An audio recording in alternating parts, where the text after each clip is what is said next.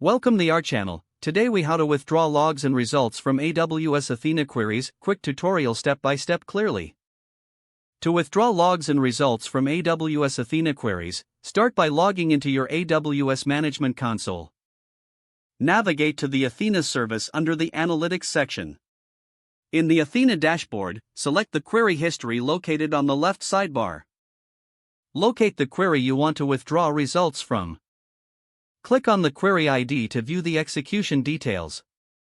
Take note of the output location provided in the query results section. Open the Amazon S3 console in a new tab. In the S3 console, enter the bucket name specified in the Athena output location. Once in the correct bucket, navigate through the folders to find the result files. You will typically find the results in a folder named after the query execution ID. Download the result files in CSV or JSON format as needed. To review logs, go to the CloudWatch service in your AWS Management Console. In CloudWatch, select Logs from the left menu.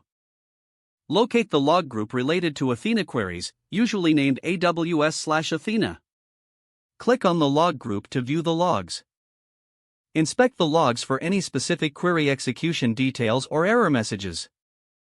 If necessary, you can download the logs for offline analysis. Now you have successfully withdrawn logs and results from your AWS Athena queries. If the page does not load, refresh the browser or try again in a private or incognito window. Make sure you are using the correct email address, then retype it carefully to avoid small typos. If your password is not accepted, use the reset option. Check your spam folder for verification or security emails, then complete any requested confirmation steps. Enable two-factor authentication if available to improve account security and reduce unauthorized access risk.